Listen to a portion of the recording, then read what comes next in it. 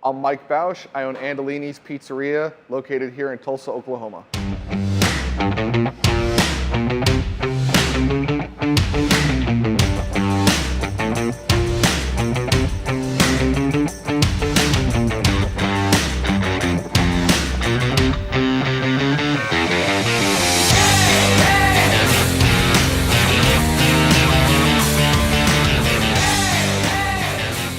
Andolini's is known locally. We have a good reputation. Our claim to fame is making things from scratch, and we say it, that's a very cliche phrase, from scratch. So salad dressings, sausage, meatballs. By calling it Andolini's Pizzeria, the expectation is low and we exceed that, and that gets us on the top of all the online review sites, Yelp, TripAdvisor, Google, 5-star reviews galore. #1 restaurant in all of Tulsa, not pizza, but all restaurants, typically on TripAdvisor. And that gives us cachet with locals, but also transient people coming in from out of town.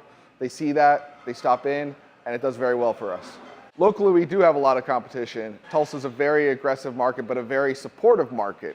So since we're very beer focused, very craft focused, anyone who goes down that line, whether it's just a craft bar with other offerings, is competition. At the same time, right now we're at our flagship location on Cherry Street, several restaurants on the street, and when people say, well, I don't really want to have a lot of competition, I say, open in the middle of a desert, see how you do. Because being a part of a scene is a good thing, in my opinion.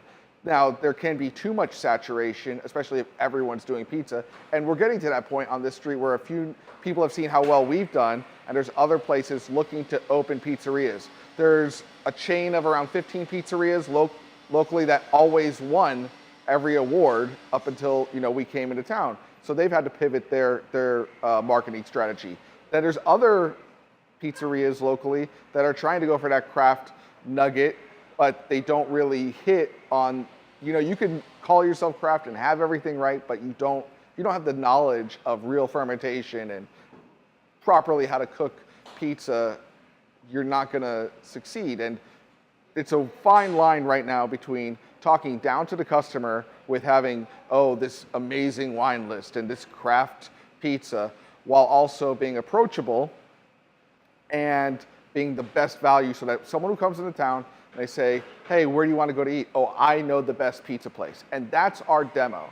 And I think that's the goal for any operator, is to be that.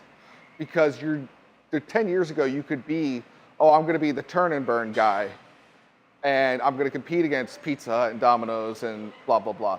That doesn't really exist anymore, because there's so much competition fighting for the bottom of the barrel, that it's really where it's at, is being at the top of the hill. And that's what we fight to do every day, is what can we do to stay ahead of trend, stay as a trend setter, not just, okay, well, everyone's doing that, let's do it too. Competing internationally, seeing what the Italians are doing, seeing what I see in some random village in Italy, and bringing that back to Tulsa is what keeps us ahead of the pack. The history of Andolini's, it's an interesting one. We started the restaurant January 8th, 2005. I grew up in New York, New Jersey, California. My brother, the same. My brother's 15 years older than me. He got a job out here. He's vice president of a rental car company. Nothing to do with pizza. I'm working restaurants in California. Nothing to do with pizza. And he said, let's start a company. Let's start a family business. Really, that's where it started. Moved out to Tulsa, Oklahoma, Tucson, Tacoma, Tulsa. I've never heard of it. I don't think anything of it. I move out here. Actually, I just come to visit. See lines of people, lines for Chili's, because so many businesses were transitioned their headquarters here. So I saw the opportunity. I'm 3 months out of college. I don't want to be a lawyer in California. Backstory, my brother was a Marine. My father was a lieutenant colonel. My nephew was a Marine. I was in the Marines as well at Officer Candidate School, OCS, and I'm type 1 diabetic, juvenile diabetic. I find that out once I get done with all the training. Basically, they tell me you can't be in the Marines anymore. So there goes paying for law school. There goes all the things I would do. But I got all the training. I learned about what young kids can accomplish. And I learned what young kids can accomplish. And that's probably been one of the greatest benefits I've had, is I know if 17-year-olds could defeat the Nazis, they could probably case sausage and make meatballs. When people say, oh, I can't get anything done, I got all idiots working for me, I always say, you just don't want to invest in staff. And you want to blame them for your laziness to not invest. Kids can do anything when they set a fence to do it. So anyway, moving up to the history, we opened a restaurant, it's 1,500 square feet in Owasso, a suburb of Tulsa.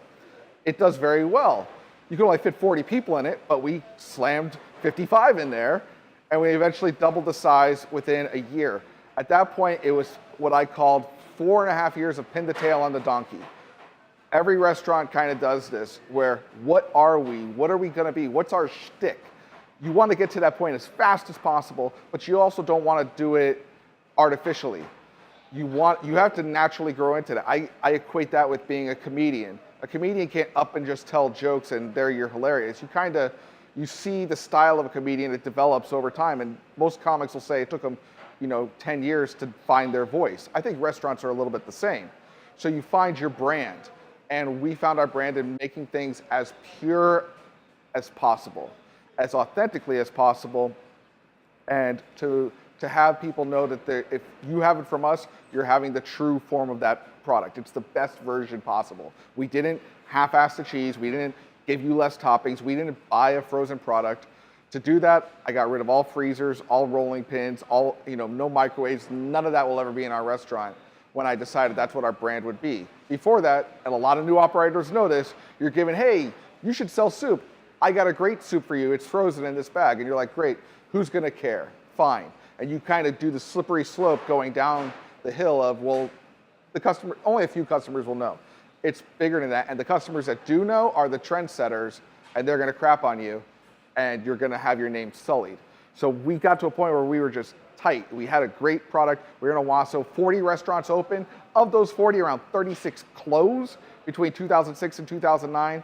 And I was learning a lot of hard lessons about how to operate a store in tough times. So we built our second store, we got a bank loan.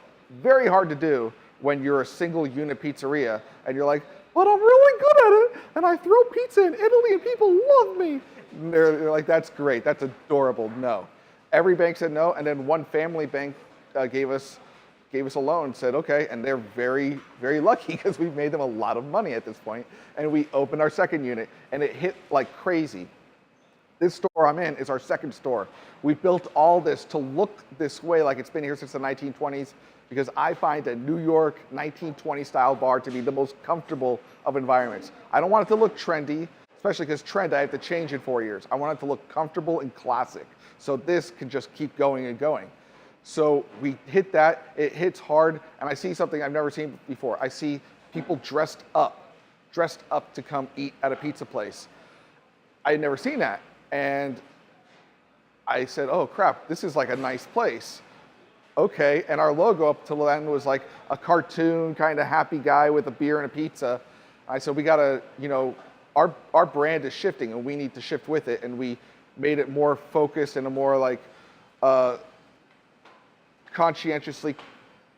Our logo now is just simpler and more focused and kind of I'm trying to get the word, a guy who's just looks like a 1920s Italian guy looking forward into the future.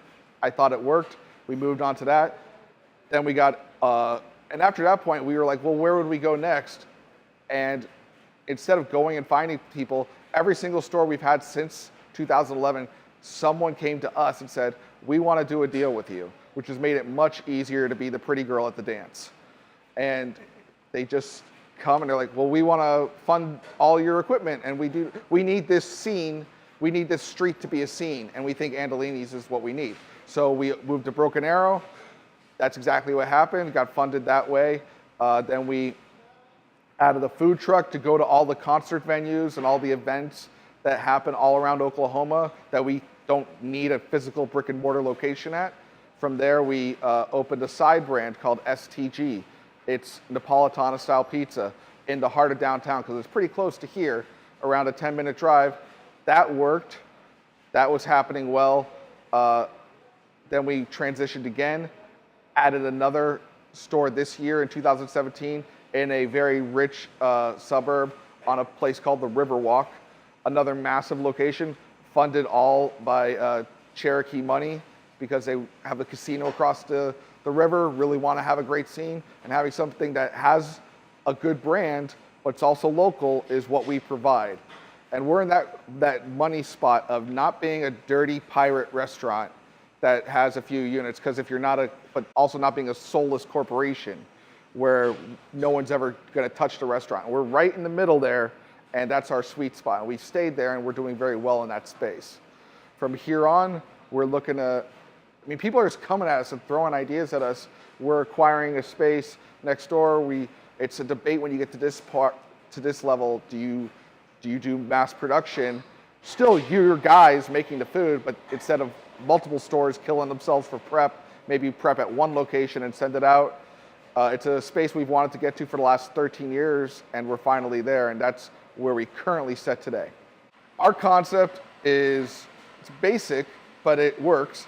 It's unique takes on Italian classics. It's a full-service bar, full-service restaurant, takeout, during lunch, pizza by the slice, available as an unlimited combo. Again, Tulsa, Oklahoma, I got to hit a lot of demos. There's people who want the most pure, perfect 20-inch layered topping pizza. There's other people who I'm pulling them away from going to a buffet. Now, they come here, they get 2 slices, unlimited salad, unlimited pasta. They're usually going to have 1, 2, maybe 3 items, and it's $10, no drink included. I do very well with that. In fact, that was the saving item that I created in Owasso when I was in this suburb, and every buffet was kicking my ass. I said, well, I can't, what do I do? So I did this, it's unlimited pizza, and you hedge your bets. Now, we did it all day, and when we came here, we're like, let's just do it Monday through Friday for lunch, and since then, we've shifted that to all the other locations. Now, this, again, unique takes on Italian classics. So when someone else is baking garlic knots, we fry them. Instead of eggplant parmesan as an entree, we do it as a very eclectic appetizer. We take spins on things, and we're not beholden to one standard. There's a few things that we try and be authentically identical to, but for the most part, we let the ingredients be identical, and then we come up with our own chef-focused spin on those things. That's why STG, our side brand, specialty and tradition guaranteed, means this is exactly what you would get in Italy. We make gelato. We make Napolitana pizza.